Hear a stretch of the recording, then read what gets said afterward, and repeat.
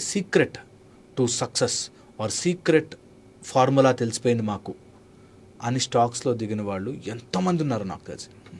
Sir ఒక మంచి technique ఉంది సార్, సీక్రెట్ టెక్నిక్ సార్, అది క్యాండిల్ ఎటు పోతుందో తెలుస్తుంది, ఈ పీక్ ఎటో ఏదో ఎటో తెలుస్తుంది అని చెప్పి చేస్తారు.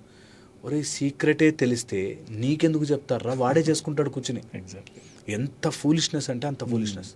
మా దగ్గరకు వస్తారు, అసలు ఏ రోగము రాకుండా ఏదైనా చెప్పండి, మా మెడిసిన్ ఇవ్వండి అన్నట్టుగా. స్వామీజీల దగ్గరికి వెళ్తారు, గురుగారు ఏదైనా మంత్రం చెప్పండి, దాంతో ఇట్లా నాకు సిద్ధి రావాలి. రావు. ఈజీగా వస్తుంది అంటే నమ్మకూడదు అసలు. అది ఫస్ట్ బెల్ మనం మోగాలి. అదేంటది, నువ్వే తీసుకోవచ్చు కదా, నాకెందుకు ఇస్తున్నావు అన్నది చాలా ఇంపార్టెంట్, చాలా చాలా ఇంపార్టెంట్. 1. సెకండ్, ఈ ఈజీ మనీకి అలవాటు పడిపోయిన వాళ్ళు ఏంటంటే నా చుట్టుపక్కల వాళ్ళని శత్రువులు చేసుకుంటాం. నేను ఎదుగుతుంటే వీళ్ళు నన్ను ఆపేస్తున్నారు, వీళ్ళకి అర్థం కాదు. నా తెలివి ఎంత తెలివి అంటే, నేను స్టాక్స్లో ఎంత క్యాలిక్యులేటెడ్గా ఉంటానంటే ఆ కోర్స్ చేసేసాను, నాకు చాలా డబ్బులు వచ్చేస్తాయి అని చెప్పి నా తెలివి చుట్టుపక్కల ఫ్యామిలీ వాళ్ళని చెడు చేసుకుంటారు. ఓన్ ఫ్యామిలీని చెడు చేసుకుని వాళ్ళ దగ్గర నుంచి చెప్పకుండా డబ్బులు తీసుకుని వాళ్ళకి తెలియకుండా, ఎందుకంటే డబ్బులు పెడతాను అంటే ఎవడు ఒప్పుకోడు కదా, ఎందుకంత పెడుతున్నావు అని చెప్పి, అందుకని దొంగతనంగా చేస్తారు.